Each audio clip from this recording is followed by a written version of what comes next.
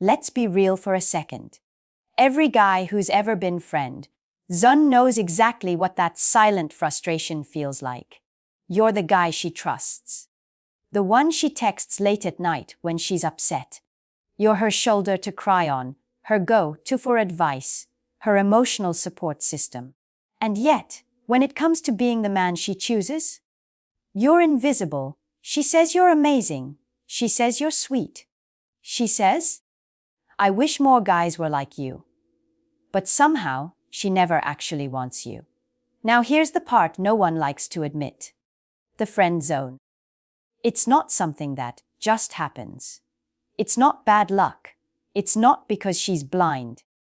And no, it's not because women only go for jerks. It's because at some point, without even realizing it, you trained her to see you as safe. Instead of sexy, you gave her comfort but not tension. You gave her attention but not polarity. And attraction cannot survive without polarity. Here's the harsh truth women don't friend zone men they're genuinely attracted to. They friend zone the guys who try to earn love instead of evoking it.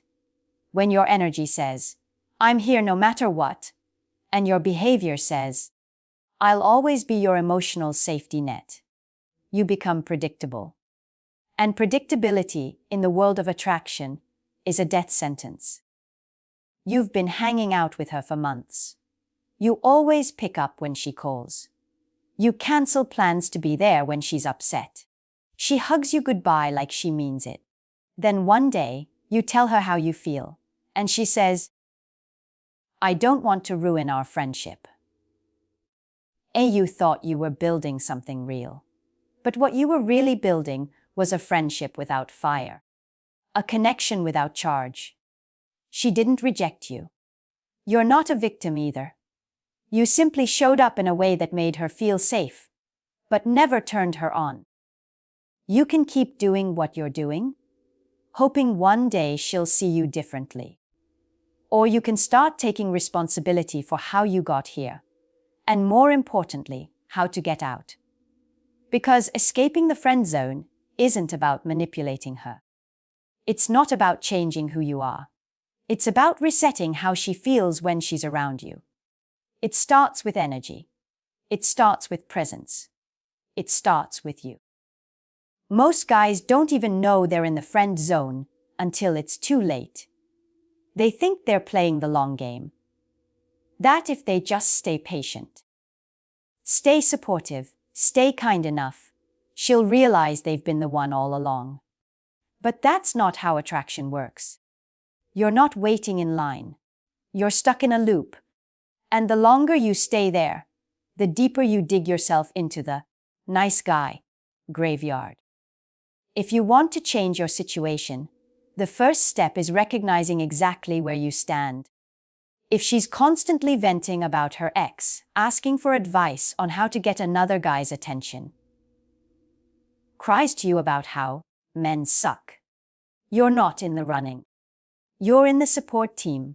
When a woman genuinely wants you, she doesn't talk to you about other men. She cares how you see her. If she flakes on dinner, ghosts your texts, forgets your birthday, but hits you up a few days later with, I just needed someone to talk to, you're not in the game. You're her safety net. If you've heard her say, you're such a good friend, I wish more guys were like you, or you're the only one who understands me, that's not closeness. That's code for, I feel safe with you, but I don't see you that way. Most guys confuse attention with attraction. Just because she texts you daily, tells you everything, or depends on you emotionally doesn't mean she wants to be with you. It might just mean you're her emotional crutch, nothing more. If you disappeared and the only time she notices is when she needs to rant about someone else, you're not the prize. You're the placeholder. That's not love. It's emotional convenience. And you're better than that. If you're serious about changing the dynamic, you need to hear this. You didn't just fall into the friend zone. You helped build it. This isn't about blaming yourself. It's about taking back your power.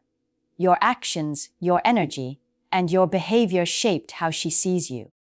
And that means you can reshape it too. Every time you dropped everything for her, every time you listened to her talk about another guy, every time you suppressed your feelings just to be available, you told her, "I'm not a romantic option." You didn't challenge her. You didn't lead. You followed. You became her comfort, not her curiosity. You thought, if I make a move, I'll ruin what we have. So you stayed polite. You stayed safe. And in doing so, you slowly disappeared from her radar of desire. Attraction doesn't grow in comfort. It grows in tension, in contrast, in risk. You can't bore someone into desiring you. You can't nice your way into her heart. But here's the good news. If your behavior helped create this dynamic, new behavior can rebuild it. You stop orbiting. You stop waiting for her to choose you. You start showing up as someone who chooses himself. You're not here to be her safety net anymore. You're here to become someone she has to reconsider. If you've been stuck in the friend zone, chances are you've been living in pleaser mode. You do everything to keep her comfortable. You say the right things. You never rock the boat. But here's the hard truth: pleasing comes from fear, and fear kills attraction. When your entire energy says, "I hope she likes me," you're giving your power away. Now contrast that with leadership. Leading is about direction, strength, certainty. It's when you say, "Let's grab dinner Friday. I know a spot you'll love." You don't ask for permission. You don't wait to be told what she wants. You move and let her respond. Women don't crave men who orbit. They're drawn to men who move, men who know where they're going. Leadership doesn't mean control. It means clarity, confidence, presence. When you lead, she feels safe, not because you're soft, but because you're solid. You don't need to be perfect. You just need to be certain. Distance is powerful. So is mystery. But when you're always available, always responding, always ready, you become predictable. And predictability kills attraction. She can't miss you if you never give her a chance to. Healthy distance isn't about games. It's about focus. You reclaim your attention. You invest it back into yourself. You stop being her backup plan and start becoming the man with a life. Mystery isn't about hiding. It's about space. When she knows everything, there's nothing to explore. No spark. No edge. People don't chase what's fully available. They chase what's just out of reach. When you create space, when you shift your energy, you become intriguing again. And in that shift, she starts to feel something new. Not because you forced it, but because you finally stopped giving your energy away so easily. Real self-improvement isn't about trying to impress her. It's about reclaiming yourself. You move your body. You train. You eat right. You sleep well. You walk into a room with posture, presence, and certainty. You build your mindset. You read. You execute. You stop reacting to life and start creating it. You build momentum, and momentum is magnetic. You also grow emotionally. You set boundaries. You speak your truth calmly. You handle rejection with grace. And here's the best part: the more you grow, the less desperate you become. You don't need validation. You are the validation. She doesn't have to notice for it to be real. But when she does, it's not because you begged for attention. It's because your energy became undeniable. You can't be seen as a romantic option if you're afraid to flirt. Flirting isn't about lines. It's about energy, presence, tone, timing. It's the eye contact that lingers, the playful tease, the calm confidence that doesn't ask for approval. When you flirt, you reintroduce romantic tension. You show her that you're not here to be her emotional assistant.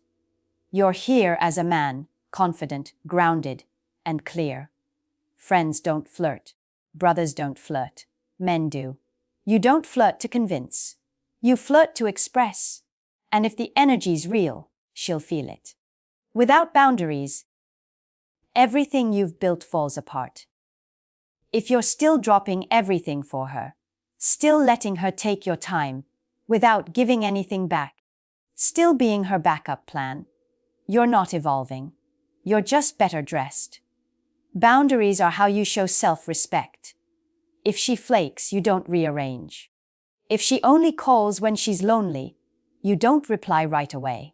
If she shows no interest, you step back completely. You're not being cold.